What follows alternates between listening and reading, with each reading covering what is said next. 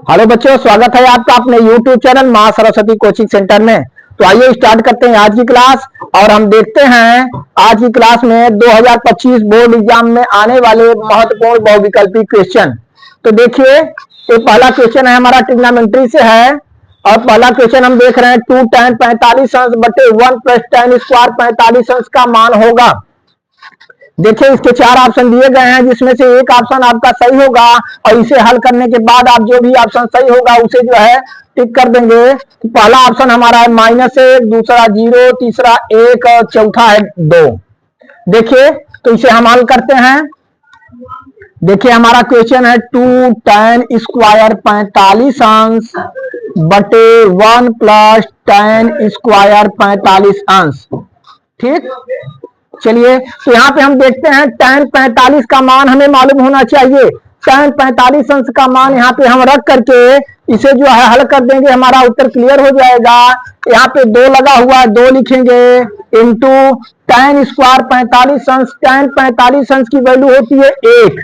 tan 45 अंश का मान 1 स्क्वायर है तो हम 1 का स्क्वायर कर देंगे बटे यहाँ पे 1 प्लस tan 45 का मान 1 का स्क्वायर। ठीक, चलिए, तो इस तरह से हम देखते हैं आगे। यहाँ पे 2 गुणे 1 का वर्ग करेंगे, 1 1 का 1 होगा, कितना होगा 1 होगा, 1 का वर्ग 1 बटे 1 प्लस फिर 1 का वर्ग क्या लिखेंगे हम 1, 1 का वर्ग 1, अर्थात 2 में 1 का गुणा करेंगे, 2 1 का 2 बटे 1 और 1 जोड़ेंगे 2। ठीक, देखिए ऊपर भी अंश भी 2 है और हर भी 2 है तो दोनों को हम काट सकते हैं। 2 1 का 2 एक बार में, हमारा उत्तर क्या आया 1। और यह हमारा क्या हुआ, यही हमारा आंसर हुआ। इस तरह से ऑप्शन में देखिए हमारा कौन सा ऑप्शन सही है, हमारा ऑप्शन नंबर तीसरा अर्थात सी सही है। इस तरह से आप जो है उस ऑप्शन को OMR शीट पर क्या कर देंगे, पूरे गोले को भर देंगे। ठीक, बहुत ही सरल क्वेश्चन, बहुत ही आसान क्वेश्चन। इस तरह से जो है बोर्ड एग्जाम में आपको मिल सकते हैं ऐसे क्वेश्चन। देखिए अगला क्वेश्चन हम देखते हैं फिर। चलिए इसे नोट कर लीजिए। क्वेश्चन नंबर 2 हम देखेंगे।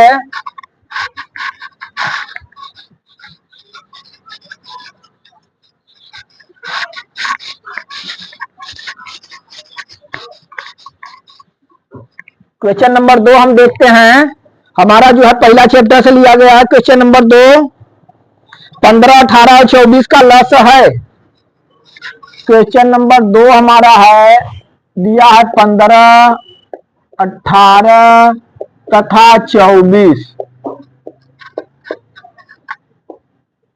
का लस है। ऑप्शन हमें दिए हैं 4 ऑप्शन, जरा ध्यान देंगे आप। 4 ऑप्शन हमें दिए गए हैं इसका लस है। तो हम देखते हैं हमारा पहला ऑप्शन क्या है 90, 120,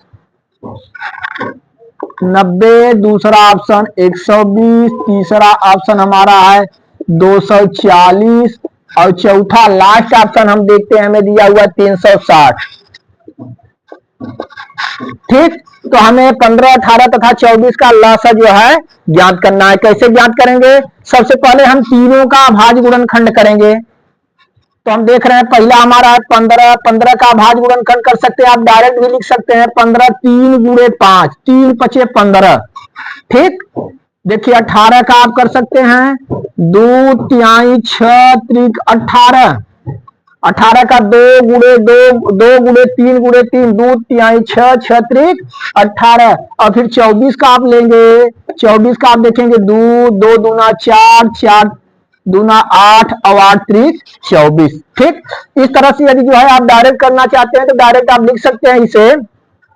तो 15 का आप देख रहे हैं 3 गुणे 5, 3 5 15, 18 2 तिहाई 6, 6 त्रिक 18 और 24 2 दूना 4, 4 दूना 8, 8 त्रिक 24। और इन तीनों का हमें क्या निकालना है, एलसीएम अर्थात लसा निकालना है। तो लसा किस तरह से हम निकालेंगे, देखिए सबसे पहले ऊपर वाली संख्या को जो भी अभाज्य गुणनखंड है उसे हम नोट कर लेते हैं 3 गुणे 5, 3 गुणे 5 हम नोट कर लिए। अब यहाँ पे दूसरे से मैच कराएंगे, जो संख्याएं छूट रही हैं उसे हम ले लेंगे। यहाँ पे देखिए 2 इसमें है, हमारे पास 2 नहीं है तो 2 को हम ले लिए। यहाँ पे देखिए 3 एक ठो है, 3 एक ठो है, इसे नहीं लेना, फिर 3 एक और है, 3 यहाँ पे एक है, तो एक ठो और 3 को हम ले लेंगे, जो भी एक्स्ट्रा बढ़ रहा है उसे हम लेते चलेंगे। फिर आ जाइए तीसरे से मिलान करा, यहाँ पे दो कई ठो है, 3 2 है, हमारे पास 2 ठो 2 है, तो हमें 2 ठो 1 2 है, तो 2 2 और की आवश्यकता है, अर्थात 3 2 हो गए, हमारे यहाँ 3 2 था तो 3 2 हो गए। 3 जो है 1 ठो है, 3 हमारे पास 2 है, पहले से ही पर्याप्त है। ठीक, अगर हमारे पास कम है तो उसे ले लेते हैं, अगर हमारे पास पर्याप्त है तो उसे लेने की आवश्यकता नहीं है। सबका मल्टीप्लाई अर्थात गुणा कर देंगे, यही हमारा क्या होगा, आंसर होगा। देखिए 3 पचे 15, 15 दूना 30, 30 तिहाई 90, 90 दूना 180, 180 दूना होता है 360, क्या होगा 360। अर्थात हम देख रहे हैं 15 18 24 का जो है लस क्या होगा 360 होगा, यही हमारा उत्तर हुआ। ऑप्शन में हम देखते हैं तो लास्ट वाला ऑप्शन अर्थात डी हमारा क्या है, सही है। ठीक, चलिए नोट करिए इसे।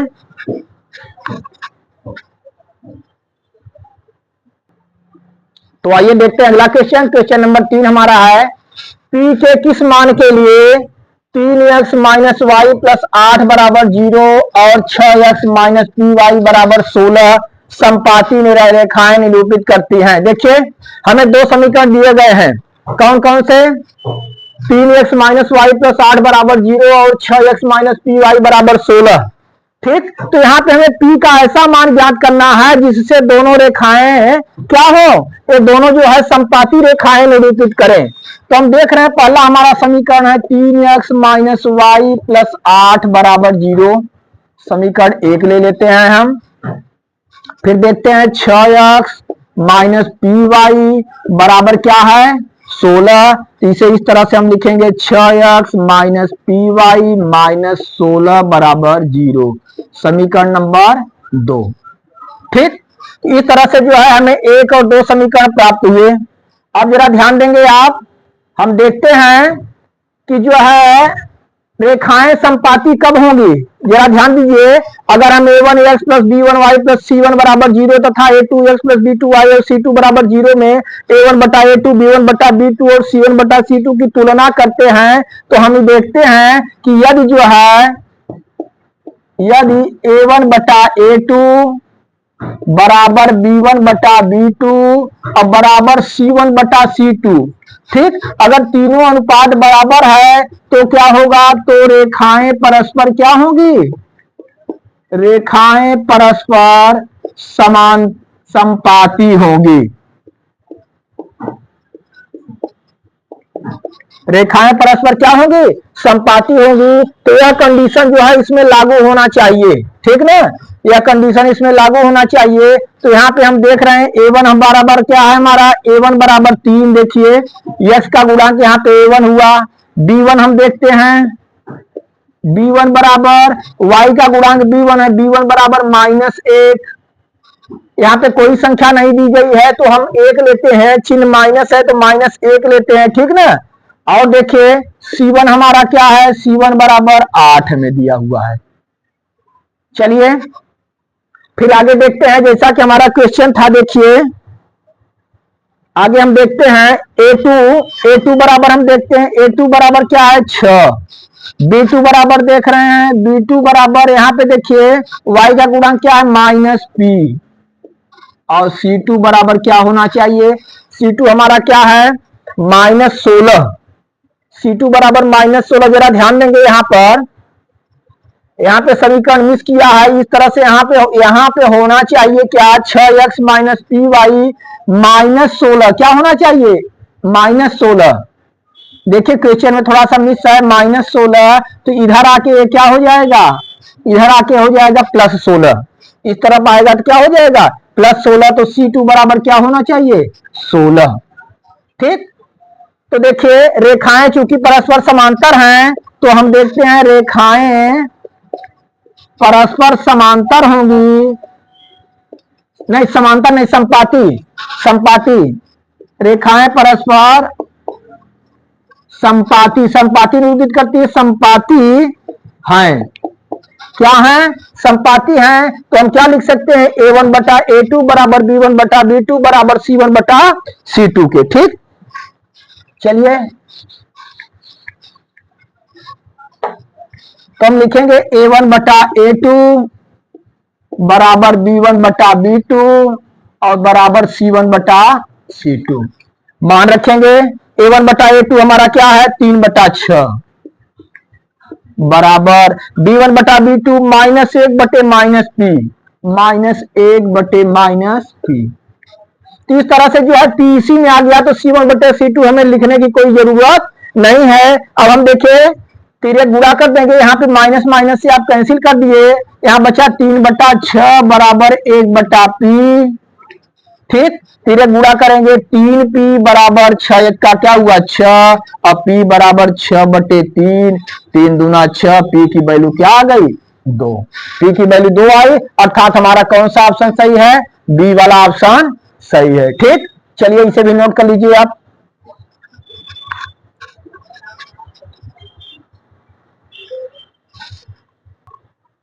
तो आइए देखते हैं अगला क्वेश्चन। क्वेश्चन चौथा हमारा है बिंदु -3 4 की मूल बिंदु से दूरी है। ध्यान देंगे एक बिंदु केवल हमें दिया है -3 कामा 4, -3 कामा 4 की मूल बिंदु से दूरी।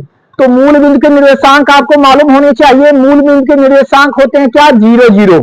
ठीक, अर्थात एक बिंदु हमारा 3 - 4 कामा -4 है और दूसरा बिंदु हमारा क्या होगा 0 कामा 0 होगा।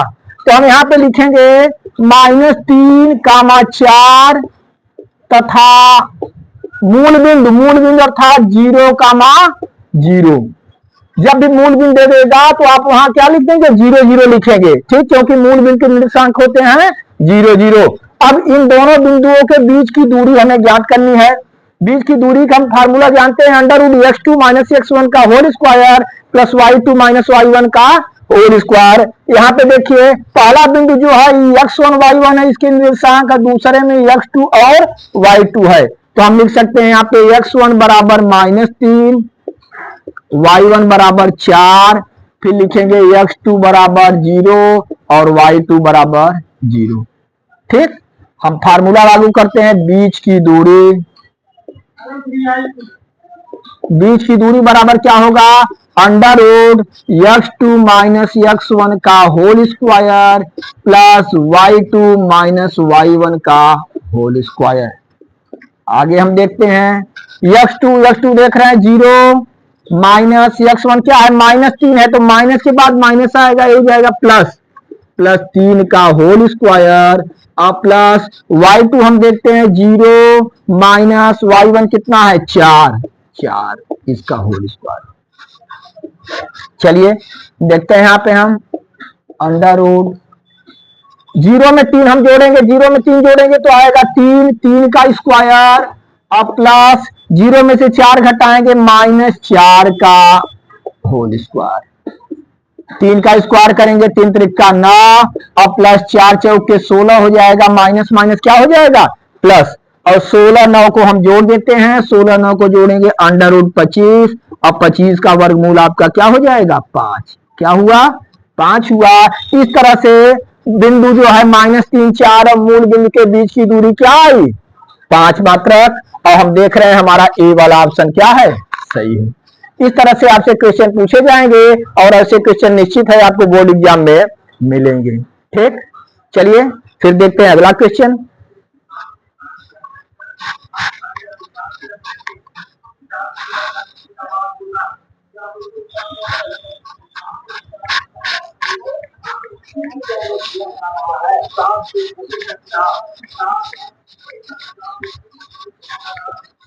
तो हम देखेंगे अगला 5वां क्वेश्चन हमारा क्या है, हम देखते हैं क्वेश्चन नंबर 5। क्वेश्चन नंबर 5 भी हम देखते हैं निर्देशांक ज्यामिति से ही है। देखिए बिंदुओं -2 कामा 6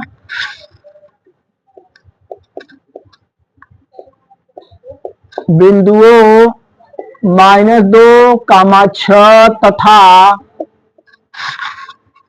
-2 कामा 6 और -2 कामा 10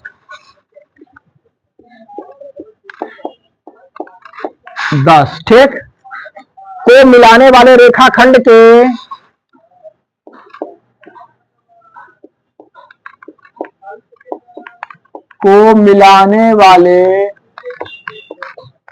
रेखाखंड के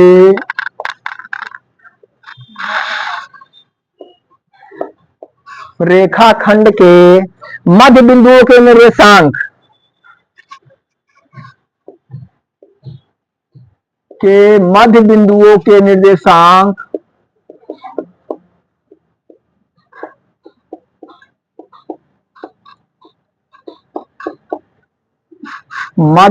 के निर्देशांक होंगे। ठीक ना।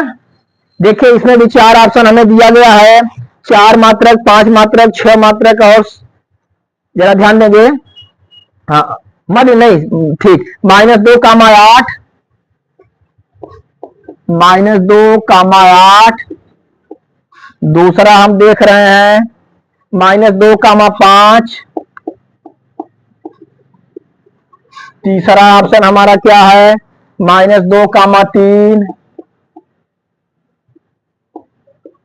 लास्ट वाला ऑप्शन हम देखते हैं चौथा हमारा है 0,2।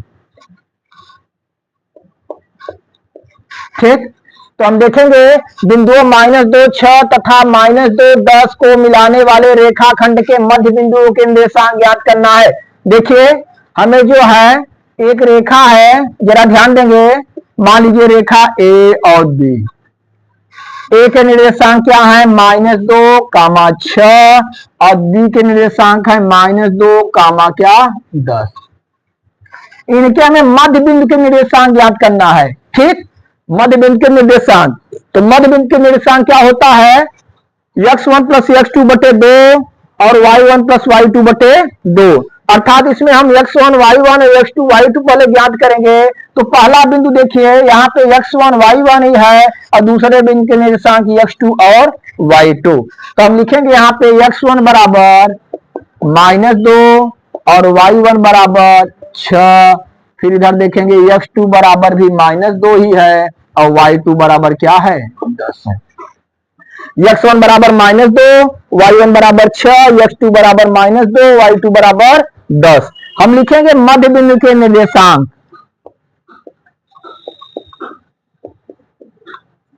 मध्य बिंदु के निर्देशांक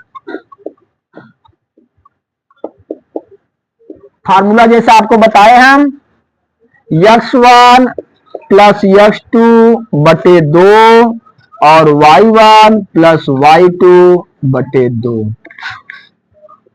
ठीक, इस तरह से आप लिखेंगे, जरा ध्यान दीजिए, x1 -2, ठीक, प्लस x2 -2 है तो प्लस माइनस क्या हो जाएगा -2 बटे 2 और यहाँ पे y1 6 और प्लस y2 10 बटे 2। ठीक, चलिए अब हम देखते हैं यहाँ पे -2 दोनों का चिन्ह माइनस ही है, दोनों जुड़ जाएगा, आपस में हो जाएंगे -4 बटे 2 और यहाँ पे आप देखेंगे 6 10 16 बटे 2,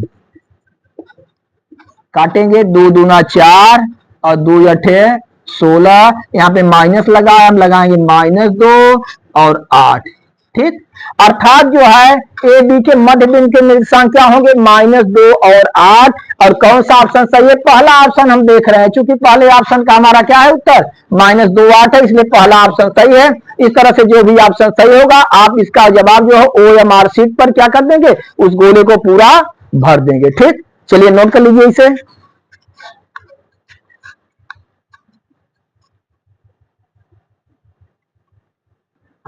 आइए बच्चों देखते हैं अगला क्वेश्चन ट्रिग्नोमेट्री से। हम देख रहे हैं यदि a बराबर 30 डिग्री यानी a बराबर 30 अंश हो तो 1 + tan स्क्वायर a बटे 1 + cot स्क्वायर a का मान होगा। 4 ऑप्शन हमें दिए गए हैं।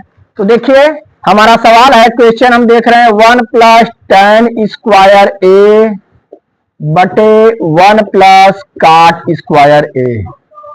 ठीक, यहाँ पे a की वैल्यू क्या रखना है, a बराबर 30 डिग्री अर्थात a बराबर हम 30 अंश रखेंगे। 30 अंश रखने पर इसे हल करेंगे, इसका क्या जवाब होना चाहिए। देखिए 1 + tan स्क्वायर a की जगह क्या लिख दिए 30 अंश बटे 1 + cot स्क्वायर, फिर a की जगह क्या लिख दिए 30 अंश, क्योंकि a की वैल्यू हमें क्या दिया हुआ 30 अंश कहा है तो a का मान हम 30 अंश रखेंगे अब इसे हल कर देंगे, वही हमारा क्या होगा, उत्तर होगा। अब देखेंगे आप 1 प्लस tan स्क्वायर 30 अंश 1 प्लस tan 30 का मान आप याद रखेंगे, tan 30 का मान 1/3 1/√3 होता है। 1/√3 इसका क्या कर देंगे हम, वर्ग कर देंगे, घाते 2, क्योंकि tan स्क्वायर 30 अंश है, बटे 1 प्लस cot 30 का मान होता है √3, क्या होता है √3, इसका हम क्या कर देंगे, वर्ग कर देंगे। चलिए आगे देखते हैं। 1 प्लस 1/3 इसका वर्ग हम करते हैं, 1 का वर्ग हमारा 1 होगा, और कॉर्डिन 3 का वर्ग करेंगे तो कॉर्डिन खत्म हो गई, बचा 3 बटे 1 प्लस, इधर आप देख रहे हैं कॉर्डिन 3 का वर्ग क्या हो जाएगा, 3। फिर देखिए इसे आप जोड़ेंगे, 3 1 3 और 1 4/3, 3 1 3 और 1 4/3 बटे हमारा क्या है 3 और 1 क्या है 4, ठीक, 3 1 4। इसे आप लिख सकते हैं, देखिए 4 है, 4/1 आप कर सकते हैं, 4 को 4/1 कर सकते हैं, बटे के नीचे बटे है तो इसे हम पलट देंगे, गुणे के रूप में हो जाएगा, हम लिखेंगे 4/3 गुणे 1/4, एक ऊपर और 4 नीचे, यहाँ पे 4 4 से कैंसिल कर देते हैं, हमारा उत्तर आया 1/3। और इस तरह से यही हमारा उत्तर हुआ। और देखते हैं हम कौन सा ऑप्शन हमारा सही है। ऑप्शन नंबर बी हमारा क्या है, सही है। इस तरह से जो है कोई भी क्वेश्चन होगा आप इस तरह से इसे क्या कर लेंगे, हल कर लेंगे, उसका मान आपको याद होना चाहिए। चलिए इसे भी नोट करिए आप।